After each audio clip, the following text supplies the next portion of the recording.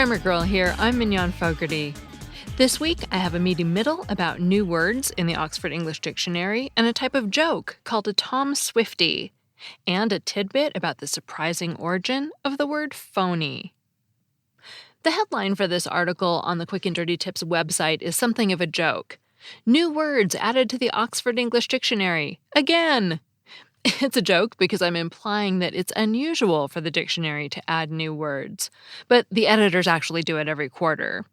But I still love reading the new words and thinking about them, and one of my all-time favorite Grammar Girl episodes is about how words get in the dictionary, so we'll talk about them a bit today. Dictionaries add new words so often because people keep using new words. That's the short version of how words get in the dictionary. If enough people use them, they get added. If you hear a word you don't know or don't understand, and you go to the dictionary to look it up, you want it to be there. So it makes sense for dictionaries to include words as they're used. An interesting cultural difference that I learned about from Lynn Murphy, who has a great book coming out on the differences between American and British English called The Prodigal Tongue, is that Americans are much more likely than the British to view dictionaries as the authority on words, the language Bible, so to speak, whereas British readers are more likely to view the dictionary as a book for word lovers. Another recent news story also highlights how words get in the dictionary. A Canadian boy named Levi Budd came up with the word levidrome when he realized there wasn't a name for a string of letters that spells one word forward and a different word backward, such as God and dog and stressed and desserts. They're kind of like palindromes, but not exactly. So he tacked his name onto the front of the drome root and has been campaigning to get his new word listed in dictionaries. I think it's a useful word, but the bottom line is that he has to get people to use it, and use it repeatedly over a significant period of time, like any other word, before dictionaries will include it. As Regina in the movie Mean Girls proved, you can't just make fetch happen. I feel optimistic about levidrome, though, just because it is so useful. When I was on vacation, I played around with trying to make a game based on levidromes, but nothing I came up with seemed fun enough to actually make into a real game. But Levi's father said in a news article that teachers are sending him pictures of students making levidrome lists, the same way they might make palindrome or homophone lists, so that seems promising. So let's get to some of the new words that just entered the OED. What words have people been using frequently enough and long enough to convince editors they should be in the dictionary? Well, mansplain made the list. It's a combination of the word man with the last part of explain. It means, quote, a man's action of explaining something needlessly, overbearingly, or condescendingly, especially to women, in a manner thought to reveal a patronizing or chauvinistic attitude, unquote. I see that a lot on Twitter. I think I've only started hearing people use mansplain in the last 4 or 5 years, but the Oxford English Dictionary pins its first use to a LiveJournal post from 2008. Hangry is another new word that I've only heard in the last few years, but the OED dates back much farther, all the way back to 1956. It's a combination of hungry and angry. And to me, it's at least as useful as levidrome. I mean, I get angry easily when I'm hungry. Who doesn't? Ransomware is the kind of new word we get because of new technology, or in this case, new technology-related crimes. Ransomware is software that causes some kind of problem, like blocking access to your data, and demands you pay a ransom to fix it. What's interesting about this word is that it looks like people used it infrequently starting in the 1980s to describe something I think of more as freeware, software that gives you limited access to features free and a full set of features if you pay. But the OED didn't add the word until this update because it's now being used frequently to describe the more malicious type of software. Snowflake is another new word, or at least a new sense of the word. And what's interesting to me is that I remember how this word evolved. It's been around since 1983, but back then it was a good thing.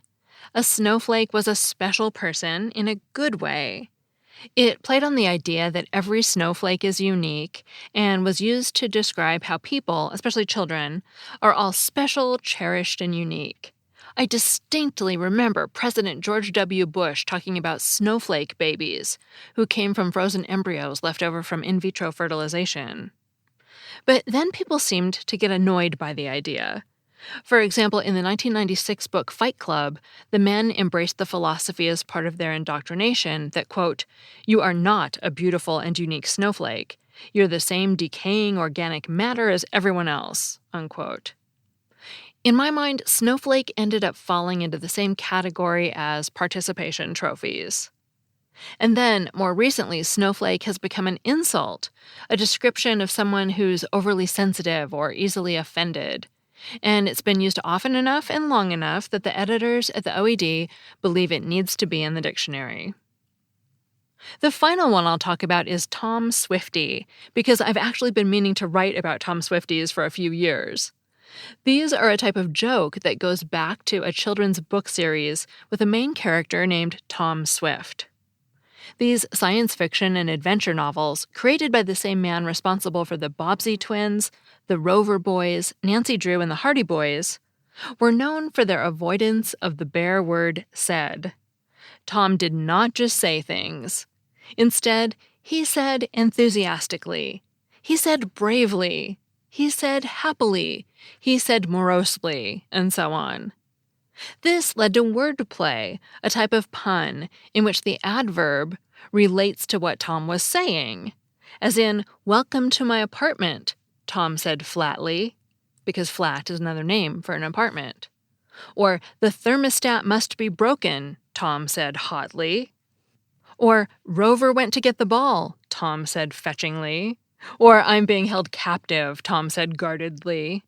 The name Tom Swifty for this kind of joke dates back to 1963, and the OED finally felt it was time to give the name its due. All in all, more than 1,100 new words were added in this dictionary update, and I'll put a link to the whole list on the transcript of this podcast at the Quick and Dirty Tips website. It's interesting to watch spell checkers try to catch up, too. My spell checker knows mansplain and ransomware, for example, but it doesn't know hangry. That's all for new words, but before we get to the surprising origin of the word phony, thanks to our yummy sponsor this week, RX Bar, a whole food protein bar made with a few simple, clean ingredients, which all serve a purpose. Egg whites for protein, dates to bind, nuts for texture. They're perfect for breakfast on the go, a snack in the office, to throw in your bag for a bike ride, a hike, traveling, anything. They sent me a box of bars last week, and I've actually had them for dinner a couple of times when the night got away from me and it felt too late to cook. Better yet, beyond being a go-to snack or dinner that checks off a bunch of nutritional boxes, RX bars actually taste delicious. Whether you like sweet or savory, chocolate or fruit flavors, there's an RX bar for you. If you follow me on Instagram, you know how excited I was to get these because I don't eat wheat and I'm allergic to soy, so it's nearly impossible for me to find a protein bar I can eat. But these are fine, and better yet, they taste great. It's hard to choose a favorite flavor because I liked them all, but the chocolate sea salt was especially good. I had more comments on that post from people saying how much they like these RX bars than I usually get on my language posts. Maybe I should just switch to food posts all the time. For 25% off your first order, visit rxbar.com/grammar and enter the promo code GRAMMAR at checkout. That's rxbar.com/grammar and the promo code GRAMMAR for 25% off your first order. They're delicious. You want them. And now, on to Phony. I spent a few hours at the DMV this week. For my foreign listeners, that's the Department of Motor Vehicles, where you get your driver's license or register your car. And I kept staring at a poster that said, "Don't be a phony, put down your phone while driving." Good advice and some cute wordplay because I felt certain that the word phony could not be related to the word phone. And when I got home, I looked it up and I was right. People did start using the word phony in the late 1800s, about 20 years after the first telephone call, but the two words are not related. According to Etymology Online, phony probably comes from Fawney. But here's where I was wrong. I figured Fawney would have to do with a phony person fawning over someone important or special, because if someone says you're such a phony, it seems to me that it often means you've been nice to someone you don't like for personal gain, fawning over that person. But instead, Phony probably comes from an Irish word that means finger and was used to refer to a con called a Fawney rig, in which charlatans would pass off a brass ring as gold. The 1811 Dictionary of the Vulgar Tongue describes it like this. Quote, "A common fraud thus practiced. A fellow drops a brass ring, double gilt, which he picks up before the party meant to be cheated, and to whom he disposes of it for less than its supposed, and 10 times more than its real value." Unquote. In other words, the con man tricks someone into thinking they've found a valuable ring together and convinces the mark to pay him for it.